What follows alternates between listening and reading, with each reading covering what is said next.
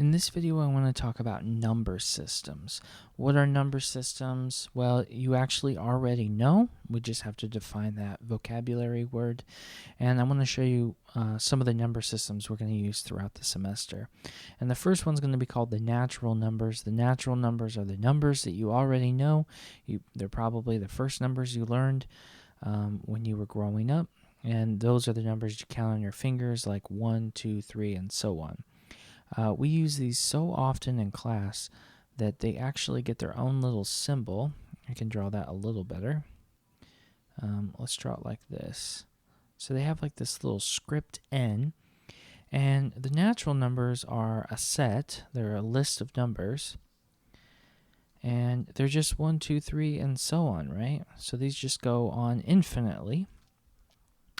But these are the natural numbers. You already know these, but this is how we're going to define those. So if you hear me referring about natural numbers, I'm referring to these numbers here. Sometimes these are called counting numbers. I think in previous textbooks they did call these counting numbers, but we're going to refer to these natural numbers, okay?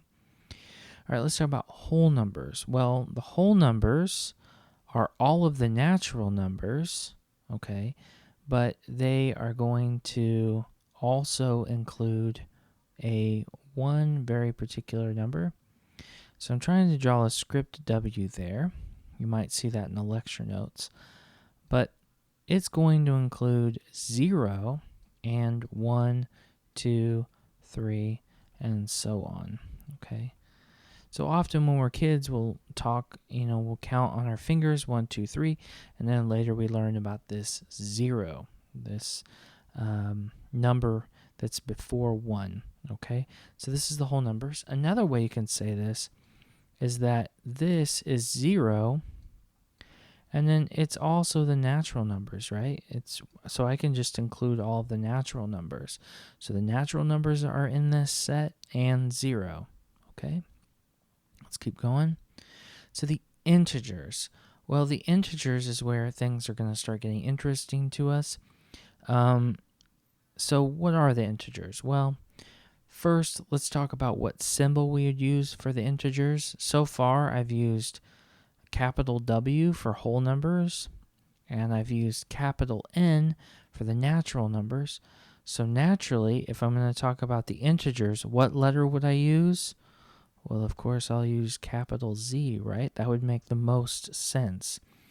So, what are the integers? Well, the integers are going to be numbers that are less than 0, and they're going to start from negative infinity, -3, -2, -1, 0, 1, 2, 3, okay? Oh, and so on, I should say, and so on, right? It doesn't stop at 3. So these are the integers. Now we see that there's kind of a reflection of the natural numbers in the integers, and these are numbers less than 0. Mathematicians write this different ways. As long as you understand this, you're good to go. I've seen some mathematicians write it this way, that there's like an opposite, so I'll write like a negative sign, and then you have the opposite of the natural numbers, you have 0, and you have the natural numbers themselves. And, for our purposes, that's not really something that we need to worry about. But what I do want to stress, and the reason I bring it up, is I just want to express that the natural numbers are inside this set, okay? So the natural numbers are included in the integers, and you can see that right here, that they are included in 0. So you may be thinking, well, why aren't you bringing up that the whole numbers are in there? Well, the reason why I don't bring up the whole numbers is they're actually not super interesting. They're the natural numbers plus there's 0. Most of the time, we're going to talk about natural numbers or integers. And some books even just say it's the natural numbers plus 0. Anyway, off on a tangent already, but I just want to make sure that you understand that the natural numbers are inside of the integers. That's an important note, okay? Going on to the rationals. Okay, well, what on earth is a rational number? Well, the first part of rational is ratio. And what does ratio mean? It means a fraction, okay? So these are like fraction numbers. Maybe some number A over some number B, okay? Now we're going to talk a little bit about this later, but for this, B cannot equal 0. We're going to talk about why you can't divide by 0 later. Right now, please just take my word for it, you can't divide by 0. Now, the definition of rational numbers is going to be that some number A and some number B, where A and B are in the integers, okay? So A and B are some integer numbers. Again, integer numbers are these numbers. So it could be -3, it could be -2, -1, 0, any of these. Any of these numbers, that's what we want. So as long as these two numbers are as long as these are integers, then we are good. So what are we going to use for our symbol for the rational numbers? Last time I kind of threw you a bit of a curveball with this mysterious Z. Is it going to be R? What is it going to be? It's actually a Q. And I can kind of defend why we use a Q for this. And it's kind of thought of as the quotient numbers. Quotient meaning dividing. So for these, all of the previous numbers that we've talked about are included. So I will just go ahead and I will just include all of the integers are included. So any number that's part of this integer set here, those are all included again.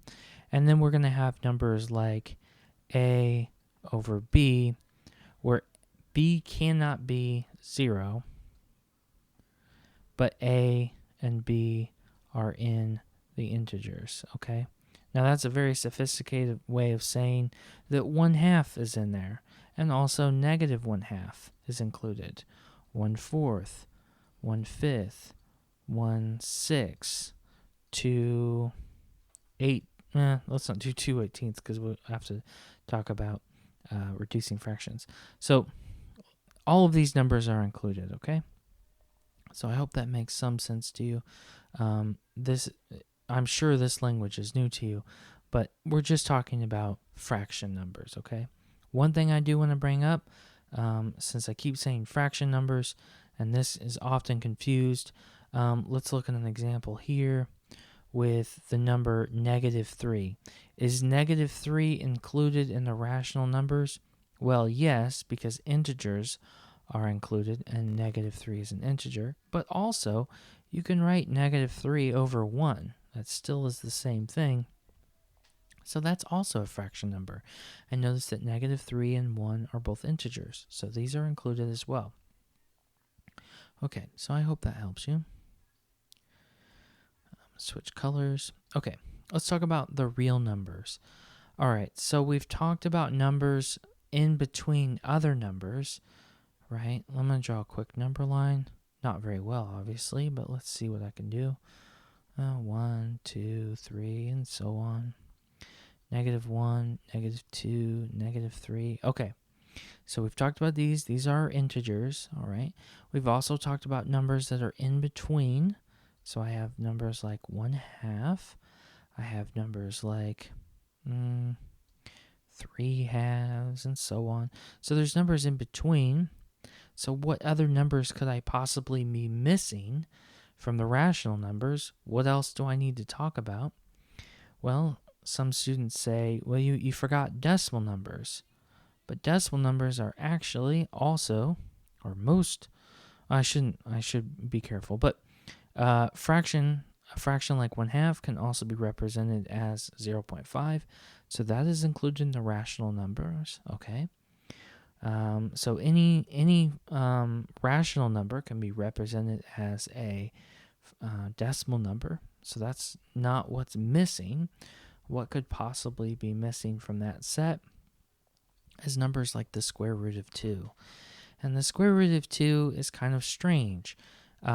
If you look at on your calculator, which I highly suggest for you to do, take the square root of 2, and you'll see something very strange. In fact, I'm going to do it right now.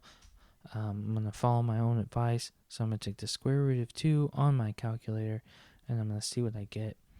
and you'll see it's like 1.41421, blah, blah, blah, right? You'll notice that there's not much of a repetition between these numbers, and that's kind of a loose definition of what people mean by irrational numbers. But a better definition is that there isn't a integer, there's not an integer over an integer that can perfectly represent the square root of 2. Okay, so these are called irrational numbers. Well, remember, rational numbers means ratio numbers. So these are not ratio numbers, not fraction numbers, okay? So the real numbers, which gets a fancy R, and these are going to include all of the rational numbers or quotient numbers. And then we're going to start including numbers like the square root of 2, square root of 3, negative root 2, negative root 3, and so on, okay? So these will all be included. That's really the only difference between the reals and the rational numbers, is that there is these irrational numbers, okay? And, before I get too deep, there's actually more irrational numbers than there are rational numbers, but that can be kind of confusing when you first think about that. So let's talk about complex numbers. Well, we're not going to reach complex numbers until about the middle of the second chapter. It's my favorite section of all of them, but it's not going to come up for a while. And the only thing we need to add for this is the square root of -1. Okay, so that's going to be the only number I need to add to the real numbers to add these complex numbers. Sometimes these are called imaginary numbers. You might have seen those in another class. So complex numbers are going to be a capital C, kind of a script C. They include all of the real numbers, and then they also include the square root of -1. Okay? So that's all I need to add to the real numbers to make the complex numbers. All right? So we're going to let the complex numbers go a little bit, but I just want to say that, yes, a real number is a complex number, okay? So these are the number systems that we'll talk about. We'll kind of talk about them in a higher level, I guess, to prepare you for some of the discussions you'll have in your other classes as well. But, oops, I say all that and I should pay attention when I'm doing. So let's just start here. This is 1, 2, 3, 4. Okay. Yeah, so those are the natural numbers. This is the number line, and so on. So again, I hope this helps. If you're confused on anything, please let me know by emailing me or posting in the discussion. Okay? Thank you.